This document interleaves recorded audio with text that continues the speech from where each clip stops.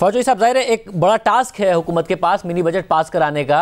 अब अपोजिशन नून लीग का ये दावा है कि आपके 29 MNAs उनके साथ राब्ते में हैं और अनकंडीशनली पार्टी को ज्वाइन करना चाहते हैं। उनका ये भी उम्मीद है कि इत्तेहादी आपका साथ नहीं देंगे मिनी बजट में कोई 350 अरब रुपए के इजाफी टैक्सेस में। इत्तेहादी और आपके अपने अराकीन अच्छी तरीके से आपने देख लिया है कि सब मिनी बजट को वोट देने वाले हैं?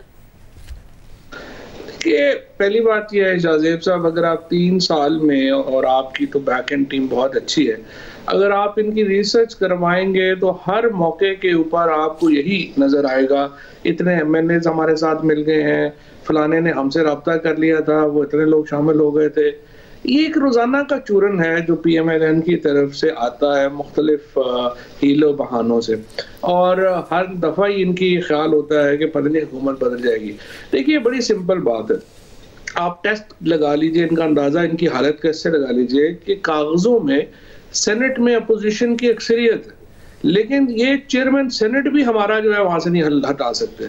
और इस वक्त इनकी जो एक कंट्रोल है अपने लोगों के ऊपर वो इतना पतला है कि जब भी इनका मुकाबला हुआ है इनके अपने लोग इनको छोड़ के भाग गए हैं। और अब दोबारा जब बजट की बारी आएगी तो 29 हमारे क्या जाने हैं। आप जरा गौर कर लीजिएगा कि इनके अपने कितने एब्सेंट होते हैं, जो हमेशा होते हैं। सो ये किस्से कहानियां इतनी दफा गलत साबित हो चुके हैं कि अब इनमें जान ही नहीं रही। वैसे वो कहते हैं कि बैसाखियां हैं और फोन कॉल्स हैं, अगर फोन कॉल्स ना हुई, बैसाखियां ना हुई तो फिर नजर आ जाएगा कि हुकूमत कहीं भी नहीं खड़ी है। तो आप इस वक्त जो तकिया कर रहे हैं वो इस बात पर कर रहे हैं कि हुकूमत मजबूत है, हमें कोई ज़रूरत नहीं है किसी की सपोर्ट की, या फिर सेम पेज नहीं है तो हुकूमत को भी डर है कि कोई ना कोई मसला है। शेख रशीद साहब कहते हैं 10-15 साल का प्लान होता है, इदारों का प्लान होता है, शख्सियात का नहीं होता है। तो आपको लग रहा है इदारे का प्लान कायम है? ये फैशनेबल है कहना, ऐसे ये मीडिया में बिकता है, लिहाजा हर आदमी इसको कह देता है। देखिए हर इदारे का, हर एक की अपनी लिमिटेशंस हैं और एक अपना काम है। ये बिल्कुल ये कहना कि पाकिस्तान में सूरज एस्टैब्लिशमेंट कहेगी तो निकलेगा, रात जो एस्टैब्लिशमेंट कहेगी तो होगी, ऐसा नहीं होता। और जो लोग भी जरा रियल पॉलिटिक्स करते हैं उनको अंदाजा है कि ऐसे नहीं होता। और अभी भी अपोजिशन की सबसे बड़ा प्रॉब्लम यह है कि ये सारे, चूंकि नवाज शरीफ साहब वगैरह, जनरल ज़ियाउल हक ने इनको पाला पोसा बड़ा किया, तो इनको लगता यही है कि कैसे मुमकिन है कि पाकिस्तान में जो है वो कोई सियासतदान अपने पाँव पर भी खड़ा हो सकता है। और इनको ये बात काफ़ी अनहोनी लगती है, लेकिन ऐसा होता नहीं है। वैसे यानी आप कह रहे हैं कि चाहे आपके अपने MNAs हो या फिर आपके इत्तेहादी हो, कोई परेशानी नहीं है हुकूमत को और बाकायदा तौर पर अक्सरियत के साथ ये पास हो जाएगा मिनी बजट? उसकी वजह ये है शाहजेब कि देखिए हम पॉलिटिकल एनालिसिस करते हैं, कोई भी जो इत्तेहादी है या कोई भी है, इन्होंने अपनी जो सियासत है ना, ये अगले साल अगस्त में बजट के बाद लोगों ने सोचना है कि उनके अगले अलायंसेस क्या बनने हैं। उससे पहले किसी को पागल कुत्ते ने तो नहीं काटा कि वो हुकूमत छोड़ के जो है वो इनके साथ चला जाए, जिनकी कोई हैसियत नहीं है इस वक्त, जिनका कोई चांस नहीं है। सो हुकूमत को कोई नहीं छोड़ता इतनी आसानी से।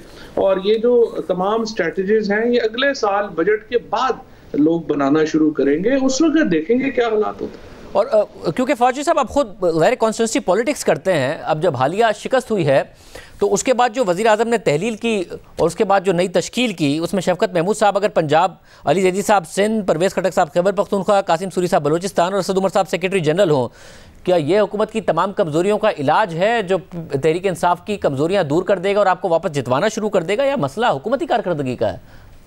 नहीं, देखिए एक चीज तो नहीं होती जितवाने में, ये तो एक हांडी है जिसमें सारे मसाले पूरे होने चाहिए, जिसमें सियासत भी पूरी होनी चाहिए, गवर्नेंस भी अच्छी होनी चाहिए, इकोनॉमी भी चलनी चाहिए। लेकिन देखिए मैं आपको ये बताना ये चाहता हूँ कि इस वक्त जो सिचुएशन है पाकिस्तान की, उसमें कोई तब्दीली वगैरह का ना कोई एपिटाइट है किसी की, ना ही कोई जो है उससे कोई फायदा होते किसी को नजर आता है। लिहाजा या तो आप ये मतलब एक हिस्ट्री है हमारी, उसमें इतनी पेचीदगियां हों तो आगे फिर बात चलती है। अभी तो देखिए हालात नॉर्मल हैं, कोई ऐसा चल नहीं रहा सवाए। और अच्छी बात ये भी है, आप इससे भी अंदाजा लगा सकते हैं कि न्यूज़ चैनल्स की रेटिंग्स कितनी आजकल डाउन है और एंटरटेनमेंट चैनल्स की कितनी ऊपर है, तो उससे ही आपको अंदाजा हो सकता है कि लोग जो हैं उनमें कोई बेचैनी नहीं है। फौजी साहब किसी सही रेटिंग एजेंसी से रेटिंग लिया कीजिए। न्यूज़ एंटरटेनमेंट चैनल्स की रेटिंग वाकई अच्छी है, मगर न्यूज़ चैनल्स की रेटिंग डाउन नहीं है। मुझे लग रहा है आपको कोई गलत रेटिंग मिल रही है। मगर साथ में मुझे ये भी बता दें कि ऐसा है क्या कि आपको इस सारे के सारे मामले में एक डाउनवर्ड स्लाइड आप अपनी रोक सकें कि अगर खैबर पख्तूनख्वा के इंतखाबात में जो हुआ वही आगे जाके ना हो रहा हो और फिर एक डाउनवर्ड स्लाइड ना हो, क्या हुकूमत सर्वाइव तो कर जाए मगर एक डाउनवर्ड स्लाइड ना हो, इसको कैसे रिवर्स करेंगे आप? क्या अपनी जो पार्टी के अंदर तब्दीलियां की हैं उससे रिवर्स हो जाएगी? अच्छा, जस्ट टू मैं आपको बताना चाहता हूँ कि सबसे अच्छी बात यह है जो उस पर मुझे, क्योंकि आप भी एक स्पोर्ट्स लवर है, इस वक्त सबसे ज्यादा रेटिंग्स जो है वो स्पोर्ट्स चैनल्स की हैं, जो यकीनन मेरे और आपके लिए तो एक अच्छी एक बात है। अच्छा, ये जो डाउन साइड की आपने जो बात कही है, ये देखिए, सियासत जो है ना वो एक सीधी पगडंडी का नाम नहीं है, एक सीधी सड़क का नाम नहीं है। इसमें ऊंच नीचे आती रहती है, पहाड़ी रास्ता होता है, कभी आप नीचे होते हैं, कभी आप ऊपर होते हैं। और अभी भी जो खैबर पख्तूनख्वा में देखिए ना, दूसरी अगर आप और देखने के रुख है, मतलब आप पीटीआई को आप कह सकते हैं कि आपकी परफॉर्मेंस इतनी अच्छी नहीं रही, लेकिन आप देखिए पीपल्स पार्टी और नून तो बिल्कुल राउट ही हो गए हैं केपी में। और इससे साबित होता है कि जो हम बात करते हैं कि एक ही पाकिस्तान में वफाक की जमात है जो पाकिस्तान तहरीक इंसाफ है, और पीपल्स पार्टी और नून तो करीब भी नहीं है और वो उम्मीदवार भी खड़े नहीं कर सकेंगे, and KP just prove that.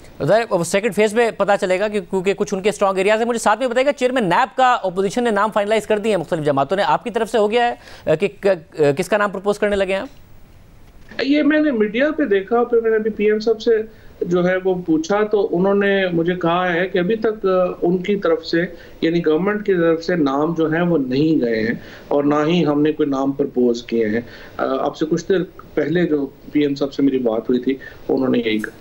बहुत शुक्रिया फवाद चौधरी साहब की गुफ्तगू आपने सुनी।